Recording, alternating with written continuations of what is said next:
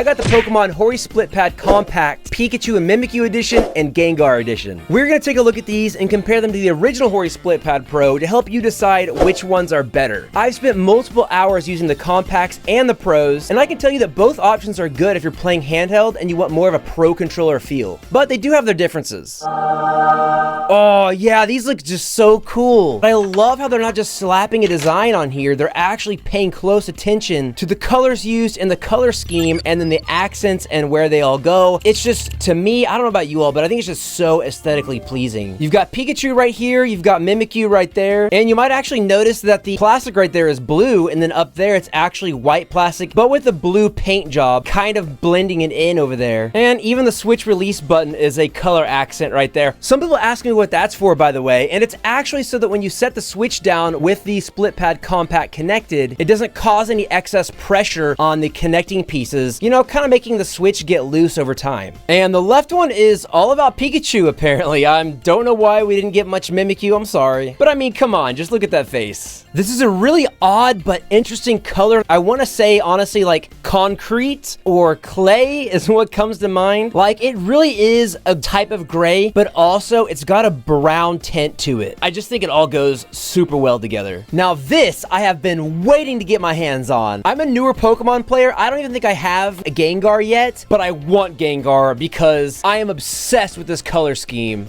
Dude, this has to be one of the coolest things I've seen in my life. Like, look at this color scheme, dude. This is so awesome. I'm admiring this so hard. You've got the black, the dark purple, the slightly lighter purple, and then the super light purple, and it's like super matte. It looks like some fruit snacks. I'm getting hardcore like fruit snacks vibes. Does anybody know what I'm talking about, or am I just super duper weird? Oh, look at that, the baby blue on the black. And you know what? I don't even know if that's a black. It's almost like a dark gray. It's like as dark as you can go being gray, which makes it even cooler in my opinion. It makes it just that much more stylish. You can see here on these sliding rails, that's black. That's like the grayish situation going on. Again, with the little accent button there, the little grip, which we'll talk about here in a second. With this one, it looks like they are using just about the same color plastic on the top and the bottom. So sick. Now, I told you I would go over the differences between the Split Pad Pro, which originally came out, and then the Split Pad Compact, which is a newer version. I said this before, but I feel like the Compact just looks and feels a lot more official. The Compacts are not as wide, they're not as thick either, and they're a little short because it doesn't have this little pointy part at the bottom. As far as size and shape goes, that's just going to depend on your own personal preference. I've got very slim fingers, so I actually don't mind the smaller size. Maybe I'm weird, but I actually really like the Joy-Con. My biggest complaint with them, though, has to be that there's not much travel with the sticks, and that's fine for most games. It just really depends on the game that you're playing. When you compare the Split Pad Pro to the Split Pad Compact, the Compact is actually a little bit shorter, but the travel distance isn't really that much of a difference. And they both have rubber on the top, although the Compact adds a little bit extra detail, a little bit extra grip on there, which honestly, I don't think it makes that much of a difference, but I think it's really nice that they added that. One thing I don't quite love about both of these, though, is that they do have quite a bit of a dead zone. Yeah, it looks like the sticks have a lot more travel to them, but they don't actually detect your movement until you get like right over here a little bit to the edge. So in my opinion, that kind of makes it just the same as the Joy-Con. You're just skipping a little bit of it. And you know, if you're playing a game where you're usually holding the edge of the stick, honestly, for the most part, I don't notice because I'm always doing this to move around. But in a game where you're constantly going from the left to the right, I think you might notice there's actually a little bit of moment here where nothing is taking place, and it can kind of result in you feeling like you're like skating on ice a little bit, almost like you're sliding or you're slipping around. Some people are not reporting on that problem, so I wonder if it's really just a matter of preference. You know, I can be pretty picky, so it may just depend on the games you play and your personal preferences.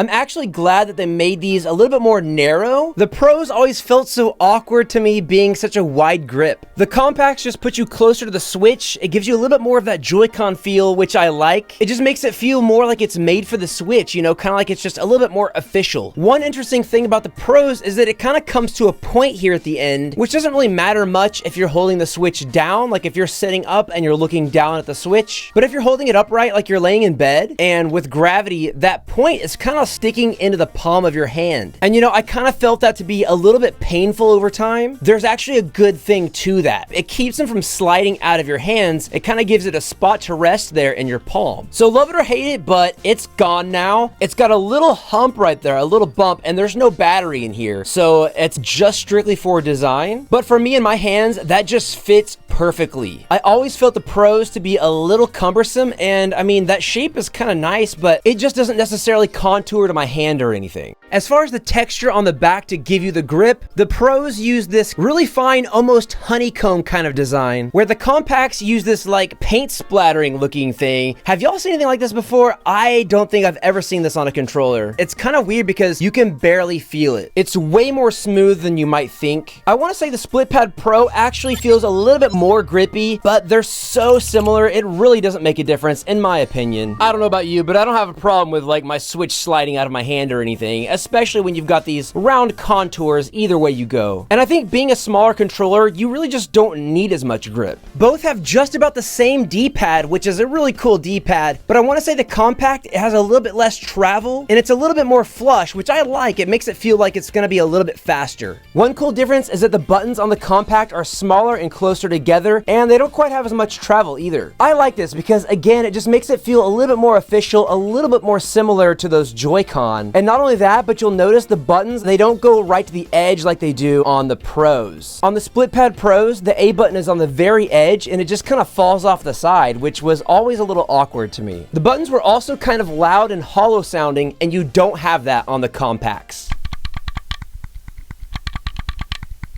Even the button on the back isn't as loose. It's just a better built controller. And while these extra buttons on the Pros were made out of rubber, they're fully plastic on the compacts. I think a lot of people are gonna like that. I'm fine either way, really. I'm sure some people could have had like a durability issue with it breaking if they're too rough on it. So maybe some kudos there for durability. And yes, both models have turbo and rapid fire functionality. The L and R buttons, in my opinion, are relatively unchanged. They get the job done and they don't unnecessarily go back too far, so they're okay in my book. No rumble or Amiibo here, and they can't be used wirelessly.